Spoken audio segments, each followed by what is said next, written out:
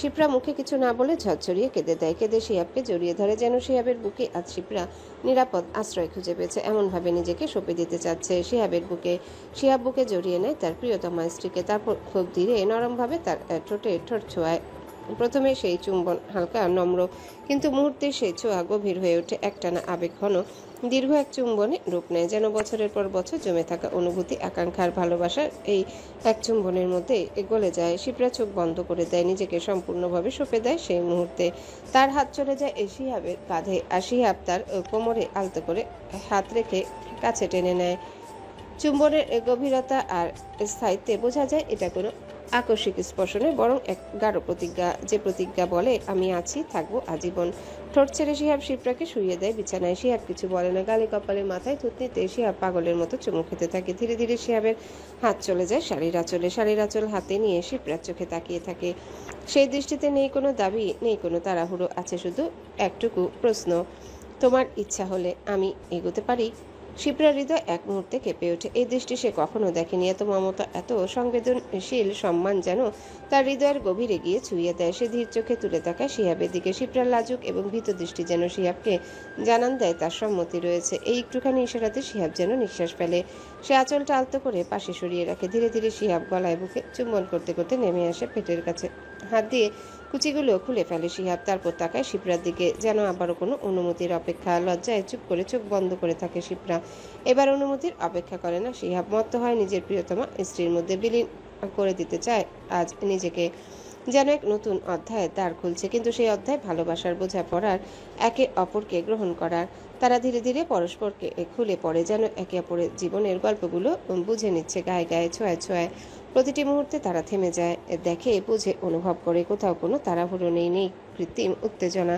এটা যেন এক গানের মতো, মন আর শরীরের এক সুরে মিশে যাওয়া। পরদিন সকাল, ভোরের আলো জানালার ফাঁক দিয়ে আস্তে আস্তে ঘরে ঢুকছে। সূর্য তখনও পূর্ণ জেগে ওঠেনি, কিন্তু তার কোমল আলোক ছায়ায় ছুঁয়ে যাচ্ছে দুজন মানুষকে, যারা সারা রাত একে অপরের পাশে ছিল, শরীরে, মনে, আত্মায়। শিপ্রা শুয়ে আছে শিহাবের বুকে, মাথা রেখে। তার চুল এলোমেলোভাবে ছড়িয়ে আছে বালিশে, ঠোঁটে এক শান্ত হাসি। শরীরটা ক্লান্ত, কিন্তু মনটা ভরে আছে ভালোবাসায়, নিরাপত্তায় আর এক অপূর্ব পরিপূর্ণতায়। সে এখন ঘুম থেকে জেগেছে, যেন কোনো শূন্যতা আর নেই, যেন পৃথিবী এখন পূর্ণ। শিহাব চোখ খুলে তাকায় তার দিকে। তার বুকের মাঝে শিপ্রার নিঃশ্বাস হালকা ওঠানামা, যেন তার জীবনে শুরু হয়ে গেছে। সে ধীরে ধীরে হাত বাড়িয়ে শিপ্রার গালে আলতোভাবে ছোঁয়। সেই ছোঁয়ায় আছে চিরন্তন মমতা। সকাল সকালও শিপ্রাকে রোদেলা নাস্তা খাওয়ার জন্য ডাকতে এসেছে। শিপ্রা দরজা খুলে দিল। শিপ্রার সকাল সকাল অফিসে যাওয়ার জন্য তৈরি। শিহাব ঘরে নেই, ভোরবেলা জগিংয়ে বের হয়েছে। আসলে লজ্জার হাত থেকে বাঁচতেই সকাল সকাল জগিংয়ের জন্য বের হয়ে গিয়েছে। সকাল সকাল কেমন যেন লাগছিল সবার সামনে ঘুম থেকে উঠে নাস্তা টেবিলে আজ সবার সামনে যেতে। রোদেলা শিপ্রাকে বলল, গুড মর্নিং মামুনি, আসো নিচে আসো, পাপা কোথায়? শিপ্রার মনটা যেন হঠাৎ মমতায় পরিপূর্ণ হয়ে গেল। কি সুন্দর অবলীলায় রোদেলা প্রথম দিনে ওকে মামুনি বলে ডেকে ফেলল। শিপ্রার মনে হচ্ছে না রোদেলা ওর নিজের মেয়ে নয়।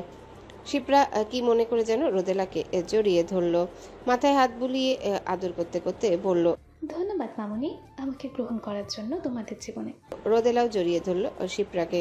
রোদেলা খুব ভালো করে বুঝতে পারে শিপ্রার ভালোবাসা তার পাপার প্রতি, এবং শিপ্রার প্রতি সে কৃতজ্ঞ। এতগুলো বছর বাবার অস্বীকার করা সত্ত্বেও বাবার জন্য অপেক্ষা করেছে।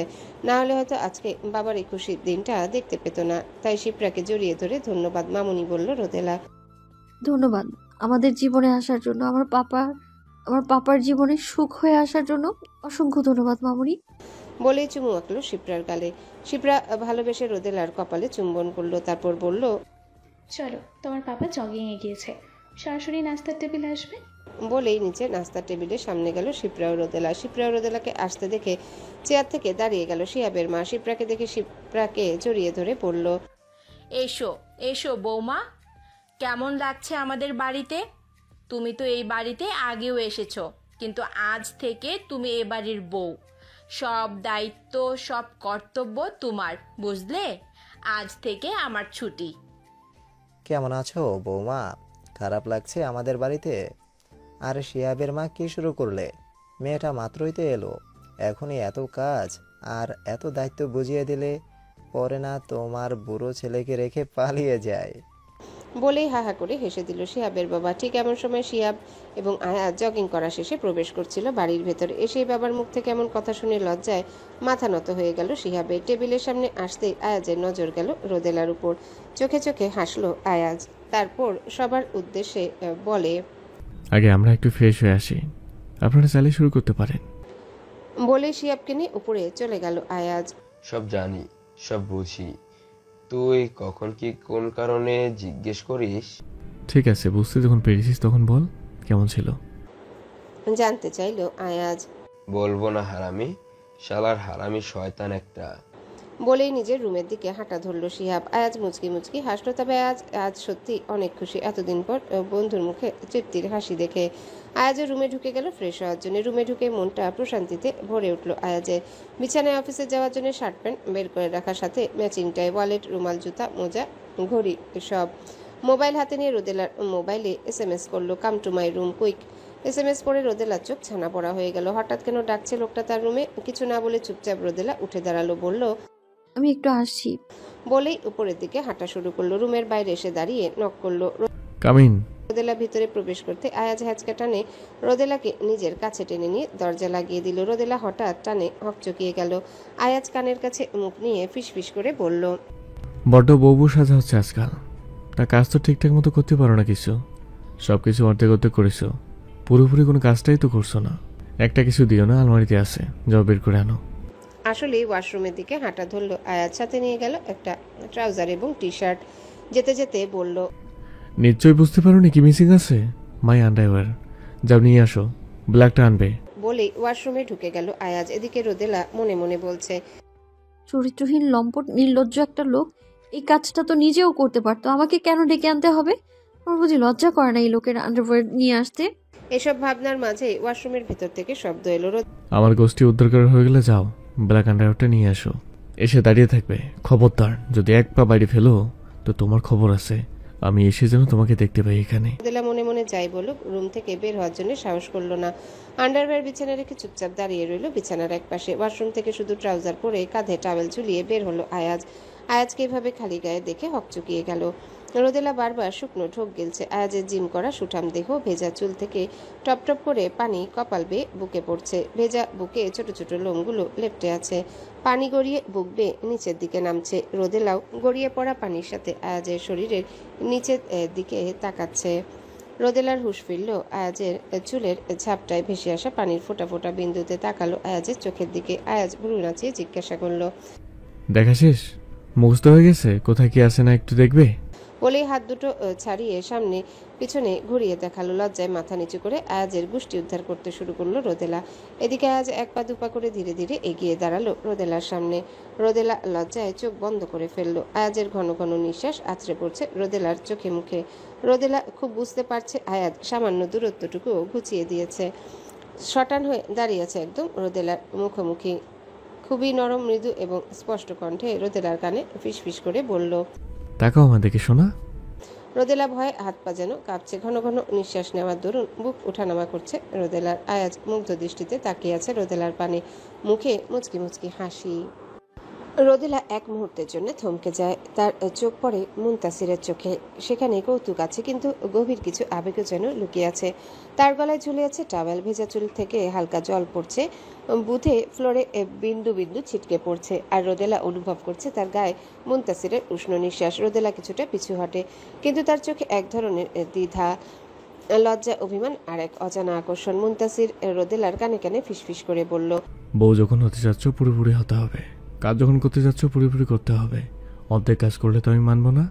করেছি, এবার আমি যাই। জানতে চাইল রোদেলা নিচের দিকে তাকিয়ে। না, তোমাকে যাওয়ার অনুমতি আমি দেইনি। আমি এখন চেঞ্জ করবো। যাওয়ার আগে আরেকটা কাজ বাকি আছে তোমার। রোদেলার দিকে তাকিয়ে কথাগুলো বলল আয়াজ। রোদেলা চোখ দুটো বড় বড় করে তাকালো আয়াজের পানে, যেন জানতে চাচ্ছে কি কাজ বাকি। সবকিছু তো করে রেখেছে। আয়াজ বিছানায় গিয়ে বসে রোদেলাকে ডাকলো, ডেকে বলল, চুলগুলো মুছে দাও। রোদেলার মুখ ফসকে বের হয়ে গেল। কেন, আপনার হাতে কি হয়েছে? বলে দাঁত দিয়ে জিভ কামড় দিল রোদেলা। আয়াজ কাছাকাছি চলে আসলো রোদেলার। কিছু কাজ তোমার, যা তুমি নিজে থেকে করবে। আমি এখন তোমাকে যা যা শিখিয়ে দেবো, কিছুদিন পর এগুলো তুমি নিজে থেকে করবে, কেমন? রোদেলার উদ্দেশ্যে কথাগুলো বলল আয়াজ। রোদেলা জিজ্ঞাসা করলো, কি কাজ? এই মুহূর্তে প্রথম কাজ আমার চুল মুছে দিবে। আসো। রোদেলা কাপা কাপা হাতে টাওয়েলটা হাতে নিয়ে আয়াজের চুল মুছতে শুরু করলো। আয়াজ ঘোর লাগা দৃষ্টিতে তাকিয়ে রইল রোদেলার পানে। রোদেলার শরীর থেকে একটা মিষ্টি সুগন্ধ আসছে, আয়াজকে আচ্ছন্ন করে ফেলছে রোদেলার শরীরের ঘ্রাণ। আয়াজ নাক টেনে রোদেলার শরীরের সুবাস নিল। রোদেলা কিছুই টের পায়নি। আয়াজ হঠাৎ দুই হাত পেছনের দিকে নিয়ে রোদেলার কোমর জড়িয়ে বুকে নাক ঘষে নাক ডুবিয়ে দিল। রোদেলার শরীর কেঁপে উঠল, নিঃশ্বাস যেন বন্ধ হয়ে গেল, যেন পাথরের মতো জমে রইল রোদেলা। আয়াজ রোদেলার বুকে নাক ঘষছে আর মৃদু স্বরে জিজ্ঞাসা করছে, কোন পারফিউম ইউজ করো? তোমার শরীরের ঘ্রাণ আমাকে পাগল করে ফেলেছে। এদিকে রোদেলার মরমর অবস্থা। এই প্রথম জীবনে বুকে কোনো পুরুষালী ছোঁয়া রোদেলা সহ্য করতে পারছে না। তারপরও কাপা কাপা কণ্ঠে জবাব দিল, ডিওর জাসমিন দাস এঞ্জেলস ইয়াও ডে পারফিউম। আয়াজ মুখ তুলে রোদেলার দিকে চাইলেও তাকে মুচকি হাসলো। আয়াজ জানে রোদেলার এখন মনের কি অবস্থা চলছে। রোদেলাকে আরেকটু লজ্জা দিতে আয়াজ রোদেলার বুকে হালকা করে একটা চুমু খেলো। রোদেলা কেঁপে কেঁপে উঠছে। আয়াজ পরিস্থিতি স্বাভাবিক করতে বলে উঠল, আমি এখন কাপড় চেঞ্জ করবো, তুমি থাকো এখানেই। রোদেলা মৃদু স্বরে উত্তর দিল। আমি থেকে কি করব? আয়াজ রোদেলার দিকে তাকিয়ে জিজ্ঞাসা করলো। টাই বাঁধতে পারো? রোদেলা উত্তর দিল। না। আয়াজ নিজের মোবাইলটা রোদেলার হাতে দিয়ে একটা ভিডিও অন করে বলল, ইউ হ্যাভ 5 মিনিটস, শিখে নাও। আসছি। বলেই কালো প্যান্ট এবং শার্ট নিয়ে ওয়াশরুমের ভিতরে চলে গেল চেঞ্জ করতে। ওয়াশরুমে ঢুকে আয়াজ কিছুক্ষণ নিজেকে ধাতস্থ করলো। রোদেলাকে জ্বালাতে রোদেলা কিছু মুখ খেলেও আয়াজ জানে সে নিজেও অনেক জ্বলছে। নিজেকে কিভাবে নিয়ন্ত্রণ করছে শুধু নিজেই জানে আয়াজ। কিছুক্ষণ ধাতস্থ হবার পর চেঞ্জ করে ওয়াশরুম থেকে বের হলো আয়াজ। রোদেলা ভিডিও দেখতে দেখতে মোটামুটি শিখেছে কিভাবে টাই বাঁধতে হয়। আয়াজ ওয়াশরুম থেকে রেডি হয়ে বের হতে দেখে রোদেলা দাঁড়িয়ে বলল, পারবো, আমি পারবো, শিখে গিয়েছি। আয়াজ রোদেলার উচ্ছ্বাস দেখে ড্রেসিং টেবিলের সামনে গেল। ইশারায় রোদেলাকে ডাকলো, ডেকে ঘাড় নামিয়ে বলল টাই পরিয়ে দিতে। আয়াজের গলায় টাই ঝুলিয়ে বাঁধতে শুরু করলো। আয়াজ ঘোর লাগা দৃষ্টিতে তাকিয়ে আছে রোদেলার দিকে। তিরতির করে কাঁপছে রোদেলার ঠোঁট। খুব মনোযোগ দিয়ে টাই বাঁধার চেষ্টা করছে। আয়াজও খুব কষ্ট করে নিজেকে কন্ট্রোল করার চেষ্টা করছে। কেন যেন মেয়েটাকে আজকে টুপ করে গিলে ফেলতে ইচ্ছা করছে আয়াজের, কিন্তু উপায় নেই। অফিসে যেতে হবে, অনেক জরুরি একটা মিটিং, না হলে কিছু একটা হয়ে যেত আজ। অনেকবার চেষ্টার পর রোদেলা কিছুটা সফল হলেও, যদিও প্রথমবার চেষ্টা তা খুব একটা ভালো হয়নি, কিন্তু আয়াজ আয়নায় দেখলো মোটামুটি ঠিক আছে। আজ আয়াজ এভাবেই টাই বেঁধে যাবে, যে যাই বলুক। তার ছোট্ট বউ জীবনে প্রথমবার নিজ হাতে তাকে টাই বেঁধে দিয়েছে, আজকে এভাবেই আয়াজ টাই বেঁধে যাবে। টাই বাঁধা শেষ হতে রোদেলা ছুট লাগাতে চাইলো নিচে যাবার উদ্দেশ্যে। আয়াজ হাত ধরে ফেললো, বলল, আরে কোথায় চলে? পুরস্কার তো নিয়ে যাওনি? পুরস্কার? জানতে চাইলো রোদেলা। পুরস্কার গতকাল তোমার বার্থডে ছিল, আমি অনেক গিফট করেছি, কিন্তু সবকিছু আমার পছন্দের। তুমি কি চাও সেটা তোমাকে দেওয়া হয়নি। বলো শোনা, কি চাও? রোদেলা অনেকক্ষণ ভেবে জবাব দিল, ফুচকা খেতে যাব সন্ধ্যার সময়। আমি বাইরে ফুচকা খেতে যেতে পারিনি কখনো। খেতে চাইলেই বাবা বাড়িতে অর্ডার দিয়ে আনিয়ে দিত। আপনি নিয়ে যাবেন আমাদের? একদমে কথাগুলো বলল রোদেলা। আয়াজ অবাক নয়নে তাকিয়ে রইল রোদেলার পানে। কি সহজ এবং সাধারণ আবদার রোদেলার, যেখানে এই বয়সে মেয়েরা শপিং থেকে শুরু করে গয়নাগাটি, শাড়ি, চুড়ি, ড্রেস, খেলনা, টেডি বিয়ার কত কিছু চায়, সেখানে তার ছোট্ট বউটার একটা সহজ সরল আবদার ফুচকা খাবে। এই মেয়ের জন্য নিজের জীবন দিয়েও দিতে পারে আয়াজ। ফুচকা তো কোনো ব্যাপারই না, মনে মনে কথাগুলো ভাবলো আয়াজ। তারপর রোদেলার কোমর পেঁচিয়ে কাছে এনে জড়িয়ে ধরলো আয়াজ। চুপ করে গালে একটা চুমু খেলো, বলল, জো হুকুম মরানি, আপনি বলেছেন আর আমি ফুচকা আনবো না? আপনি বললে আমি ফুচকার লাইন লাগিয়ে দেবো বাড়ির সামনে। রোদেলা চেঁচিয়ে বলে উঠল, না না, বাড়ির সামনে লাইন লাগাতে হবে না। আমি ফুচকার দোকানে গিয়ে ফুচকা খাবো, প্লিজ আমায় ফুচকার দোকানে নিয়ে চলুন। আয়াজের গলা জড়িয়ে ধরে বলল রোদেলা। আয়াজ শান্ত স্নিগ্ধ ঘোর লাগা দৃষ্টিতে তাকিয়ে রইল রোদেলার পানে। এই প্রথম রোদেলা নিজে থেকে আয়াজের গলা পেঁচিয়ে ধরেছে। আয়াজের মোটেও ইচ্ছে করছে না অফিসে যেতে, কিন্তু আজকে জরুরি মিটিং যেতেই হবে। তাই কিছুক্ষণ পর রোদেলা মাথায় হাত বুলিয়ে দিতে দিতে বলল, অবশ্যই নিয়ে যাব। সন্ধ্যায় তুমি আর আয়ন রেডি থেকো, আমি গাড়ি পাঠিয়ে দেবো। বলে রোদেলাকে ঠোঁটে চুমু খেলো আয়াজ। রোদেলা লজ্জায় মাথা নিচু করলো। আয়াজ আরো বলল যেতে যেতে, আর শোনো, পাপা আর নতুন মাম্মির ঘরের সামনে বেশি ঘুরঘুর করো না, আর ডিস্টার্ব করো না ওকে। ওদের নতুন বিয়ে হয়েছে, নতুন করে জীবন শুরু করেছে, ওদের নিজের মাঝে একটু ঝগড়া করতে দিও। আমি জানি আমার রোদেলা অনেক মিসিউর, তারপর আমি বলে গেলাম। ওকে শোনা, মনে থাকবে? রোদেলা হ্যাঁ সূচক মাথা নাড়ল। আয়াজ আবারও রোদেলার মাথাটা উপরে তুলে ঠোঁটে একটা গভীর চুম্বন করলো। যাই শোনা। রোদেলার উদ্দেশ্যে বলল আয়াজ। রোদেলা হ্যাঁ সূচক মাথা নাড়ল। চলো নিচে চলো। বলেই রোদেলার হাত ধরে নিচে হেঁটে যেতে লাগলো আয়াজ। সিঁড়ির সামনে এসে রোদেলার হাত ছেড়ে দিয়ে দাঁড়ালো আয়াজ। বলল, নিচে যাও, আমি আসছি একটু।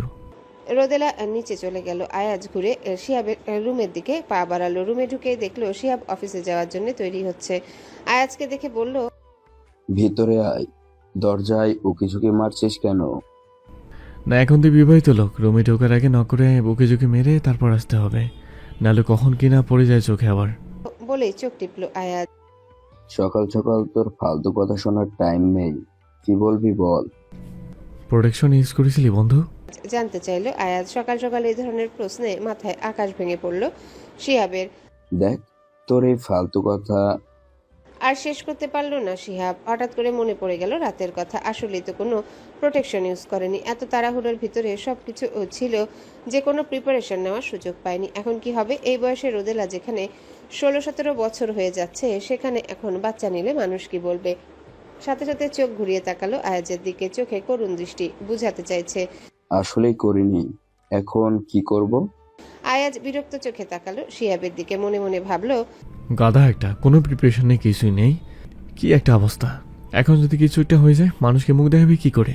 বাচ্চা পালে বসে বউ পালতেছে, তোর বউ যদি আবার বউ পালা বাদ দিয়ে শালা তোকে পালতে শুরু করে, কি একটা অবস্থা হবে বলতো? এমনি ছেলের বউ পালার বয়সে নিজের বউ বড় করতেছি, তার উপর আবার এই শালা শ্বশুর। যাই হোক, মনের সব কথা সবসময় মনেই রয়ে যায় আয়াজের। মুখ ফুটে কখনো বলা হয় না। একটু থেমে সিরিয়াস হয়ে বলা শুরু করলো আয়াজ। তুই হয়তো এক মেয়ের বাবা হয়েছিস, তাই তোর সন্তান চাহিদা নাই থাকতে পারে, কিন্তু কিন্তু শিবরা এখনো মা হয়নি। রোদেলাকে নিজের মেয়ের মতো ভালোবাসবে ঠিক আছে, কিন্তু নিজের গর্ভে সন্তান ধারণ করার স্বপ্ন শিবরাও থাকতে পারে। তাই যা করবে শিবরার সাথে বুদ্ধি পরামর্শ করে করবে। তবে কিছু একটা সময় নিয়ে করলে ভালো হয়, যেহেতু বিয়েটা হঠাৎ করে হয়ে গেছে, চারিদিকে কানাঘষা চলছে। তাছাড়া মাত্র বিয়ে করলে নিজের মধ্যে একটু বোঝাপড়া কর, সবকিছু একটু ঠান্ডা হলে করাটাই বেটার মনে করে। শিবরার সাথে আলোচনা কর। আর এভাবে হুঠাৎ যেখানে সেখানে শুরু করে দিস না। তুই যে এক মেয়ের বাবা, কয়েকদিন পর মেয়ে শ্বশুর হয়ে যাবে, সেটাও মনে রাখিস, ফাজিল কোথাকার। খাবার টেবিলে সবাই আজকে একসাথে। পরিবারটা খুব বড় বড় লাগছে। হঠাৎ আয়াজ বলল, গতকাল তো তোর বিয়ে হয়েছে, আজকে থেকে নতুন জীবন শুরু। ওকে নতুন করে পরিচয় দেওয়ার মতো কিছুই নেই। শিবরা, তুই তো আগেই বাড়িতে অনেক এসেছিস, পরিবেশ সকলকে চিনিস, সবকিছু জানিস, নিজের মতো সবকিছু গুছিয়ে নিস। এই সংসারটা এখন থেকে তোর, সবকিছু তোকে বুঝে শুনে করতে হবে। এমনভাবে বলছিস কেন? তুই তো আছিসই। নে রে, আজকে বা কালকে আমি বাসায় যাব। বলেছিলাম সাহেবকে রোদেলা কিছুদিন আমাদের বাসায় থাকবে, ওখান থেকে পড়ালেখা করবে পরীক্ষা পর্যন্ত। তার কারণ ওর পরীক্ষার সময়টা আমি ফিজিক্সের জন্য বাড়িতে এসে অতটা সময় দিতে পারবো না, তাই চেয়েছিলাম আয়ানও একসাথে থাকবে। আমি মাঝে মধ্যে পড়া বুঝিয়ে দেবো যাতে সমস্যা না হয়। কোচিং ঠিক রেখেছি, গাড়ির ড্রাইভার ওকে নিয়ে যাবে, নিয়ে আসবে, কোনো সমস্যা হবে না। কি বলে শিয়াব? জানতে চাইলো আয়াজ। কেন? আর কিছুদিন পরে গেলে কি হয়? থাক না আমাদের সাথে। আমি মাত্রই তো এলাম বাসায়। না রে, অনেক দিন হয়েছে, বাসায় যেতে হবে। বাসার ইনোভেশন কাজ শেষ, আর আমাকে একটু ইটালিতে ব্যাক করতে হবে। কবে ফিরবো জানি না, যেহেতু পরীক্ষা। আমি আসলে ব্যস্ততার জন্য এখানে এসে সময় দিতে পারবো না, তাই ওখানে থাকলে যত রাত করে আসি না কেন ওকে আমি পড়তে পারবো, সেই চিন্তা থেকে বলা আর কি। শিপ্রাকে উদ্দেশ্য করে বলল আয়াজ। হ্যাঁ, কথা হয়েছে, তোর তো যেতে হবে, আমি জানি, যা কোনো সমস্যা নেই। রোদেলা ইতালি যাওয়ার কথা শুনে মুখ তুলে তাকালো আয়াজের দিকে। এই উনি ইতালি যাবেন? সত্যি সত্যি? কবে ফিরবেন জানেন না? ধরনের কোনো কথা হয়নি রোদেলা আর আয়াজের। হঠাৎ কি এমন কাজ পড়লো ভাবতে লাগলো রোদেলা। আয়াজ জানে রোদেলাকে আগে থেকে বললে রাগারাগি করবে বা কান্নাকাটি করে মন খারাপ করে বসে থাকবে মেয়েটা, তাই আগে থেকে কোনো কিছুই বলতে চায়নি। এখন যাওয়ার সময় ঘনিয়ে এসেছে, জানাতেই হবে, তাই বাধ্য হয়ে জানালো। আয়াজ আয়ানকে উদ্দেশ্য করে বলল, বাবা বিকেলে গাড়ি পাঠাবো, রোদেলার সাথে রেডি হয়ে থেকো। তোমাদের দুজনকে আজ ফুচকা খাওয়াতে নিয়ে যাব, আর একেবারে প্যাক করে রেখো, রাতে হয়তো আমরা প্যাক করবো, ঠিক আছে? রোদেলার দিকে তাকালো আয়াজ। ঠিক আছে, আমরা রেডি হয়ে থাকবো। টেবিলে আর কোনো কথা হলো না। অফিসের উদ্দেশ্যে বের হলো শিপ্রা, আয়াজ ও শিহাব। আয়াজ এবং শিহাব যাবে নিজেদের অফিসে, শিপ্রা চলে যাবে নিজের অফিসে, কিন্তু বের হলো একসাথে। গাড়িতে ওঠার আগে আয়াজকে উদ্দেশ্য করে ফিসফিস করে বলল শিপ্রা, কবে যাচ্ছেন ইতালি? আর কেনই বা যাচ্ছিস? আগে পরে এমন তো কোনো প্ল্যান হয়নি, হঠাৎ করে শুনলাম। ভিতরে ভিতরে কি পাকাচ্ছিস বলতো? আয়াজ সামনে তাকিয়ে দেখলো শিহাব গাড়ি বের করছে। শিপ্রার দিকে নজর ঘুরিয়ে বলল, নিজেকে আজকাল কন্ট্রোল করতে পারি না, বুঝলি? ওর থেকে দূরত্ব মেনটেন করা আমার জন্য খুব কঠিন হয়ে যাচ্ছে রে। আর তাছাড়া ইটালি বিজনেসের যে ব্রাঞ্চ আছে সেখানেও প্রবলেম হচ্ছে। অন্যের উপরে কাজ রেখে আসলে যা হয় আর কি। কিছুক্ষণ থেমে আবারও বলল, রোদেলাকে সময় দিতে চাচ্ছি। আমি চাই ও সুন্দরভাবে অন্য সব মানুষের মতো বেড়ে উঠুক। যদি বড় হওয়ার পর মনে হয় ও আমাকে চায়, ও সংসার চায়, আমি খুশি খুশি মেনে নেব। কিন্তু আমি চাচ্ছি না সাথে সাথে সারাক্ষণ ওর উপরে চাপ প্রয়োগ করে সম্পর্কটাকে মানাতে। আয়নকে রেখে যাবো তোদের কাছে। বারবার স্কুল চেঞ্জ করলে লেখাপড়া আসলে হয় না। অনেক পিছিয়ে যাচ্ছে ছেলেটা, তাই আমি এবার ওকে সাথে নেব না। কবে ফিরবো জানি না, রেগুলার যোগাযোগ হবে, সমস্যা নেই। ওকে একটু পারলে দেখে রাখিস। রোদেলা ওকে দেখে রাখবে আমি জানি, কিন্তু রোদেলাও তো ছোট, তাই তুই একটু খেয়াল রাখিস কেমন? রোদেলাকেও তোর হাতে রেখে গেলাম। আমি জানি তুই ওকে মেয়ের মতো দেখবি, শুধু মেয়ে হিসেবে নয়, আমার আমানত হিসেবে দেখে রাখিস। কথাগুলো শিপ্রাকে উদ্দেশ্য করে বলল আয়াজ। শিহাবকে আসতে দেখে আর কথা বাড়ালো না শিপ্রা জানে আয়াজের সিদ্ধান্তের পিছনে মূল কারণ। শিপ্রারও মনে হলো হয়তো এটাই ভালো সিদ্ধান্ত। সাথে থাকলে সারাক্ষণ হয়তো রোদেলা এই সম্পর্কটাকে সবকিছু মেনে নিবে, কিন্তু দূরে গিয়েও যদি রোদেলা আয়াজকে মনে রাখে, ভালোবাসে, সেটাই তো প্রকৃত ভালোবাসা। হয়তো আয়াজ সেটাই পরীক্ষা করতে চাইছে। তবে শিপ্রা এটাও জানে রোদেলা চাইলেও আয়াজকে ভুলতে পারবে না। আয়াজ কখনো রোদেলাকে ভুলতে বা ওকে ছেড়ে যেতে দিবে না, শুধু রোদেলাকে একটু বড় এবং ম্যাচিউরড হতে দিচ্ছে। Office room. শিহাব তাকালো আয়াজের দিকে। হঠাৎ চিন্তা করছে আয়াজ কেন যেতে চাইছে, কি জরুরি কাজ।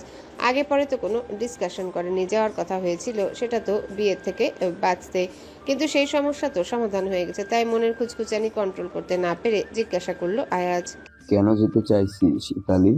আমাকে না জানিয়ে? কেমন জরুরি কাজ যা আমি জানি না? আয়াজ শিহাবের দিকে তাকিয়ে বলল, ইতালি যে ব্রাঞ্চটি আছে সেখানে ম্যানেজার খুব প্রবলেম করছে। যাকে দায়িত্ব দিয়ে এসেছিলাম আর পিএম আমাকে জানালো, তাই একটু নিজে যেতে হবে। কিছু সমস্যা নিজে থেকে সলভ করতে হবে। আর একটা নতুন বিজনেসের প্রপোজাল পেয়েছি, সরাসরি গিয়ে কথা না বললে বুঝতে পারবো না আর কি। ও তা তুই একা যাবি কেন? আমিও যাবো সাথে। না, তোর যেতে হবে না, তুই মাত্র বিয়ে করেছিস, এখন তোর এখানে প্রয়োজন। আর তাছাড়া দুজনে যদি চলে যায়, বিজনেস ফ্যামিলি এগুলো দেখবি কে বল? রোদেলার পরীক্ষা যাচ্ছে, ওদের দিকে খেয়াল দিস। আর বাংলাদেশের ব্রাঞ্চগুলোতে একটু ম্যানেজ করে নিস কেমন? শিহাবের উদ্দেশ্যের কথাগুলো বলল আয়াজ। শিহাবের সন্দেহ হলো, কিন্তু আর কথা বাড়াতে চাইলো না আয়াজের সাথে। কোনো না কোনো ব্যাখ্যা দিবে যে ওর মানতে হবে, তাই চুপচাপ বের হয়ে গেল।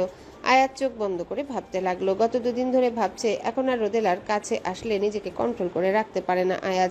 কিন্তু রোদেলা যে বড় ছোট, সামনে পরীক্ষা, স্বামী কি সংসার কি সন্তান কি, এগুলা বোঝার জন্য মেয়েটাকে একটু বড় হতে হবে। কিন্তু মন তো মানতে নারাজ।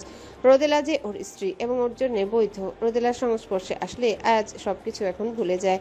তাই রোদেলাকে একটু স্পেস দিতে চাইছে, যেন মেয়েটার 10টা স্বাভাবিক বাচ্চার মতো বেড়ে উঠতে পারে এবং সামনে পরীক্ষা তার প্রিপারেশন নিতে পারে। মেয়েটা আজকাল বড্ড বউ সংসার করে, কিন্তু এতে ওর ভবিষ্যৎ নষ্ট হবে। অ্যাটলিস্ট এসএসসিটা পাশ করার পর কলেজে উঠুক, তারপর ভেবেচিন্তে সিদ্ধান্ত নেবে কিভাবে কি করবে।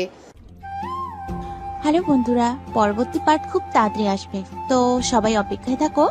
আর চ্যানেলটি যারা এখনো সাবস্ক্রাইব করোনি তারা পরবর্তী পার্ট দেখার জন্য চ্যানেলটি সাবস্ক্রাইব করে রেখো। ধন্যবাদ সবাইকে, আমাদের সাথেই থেকো।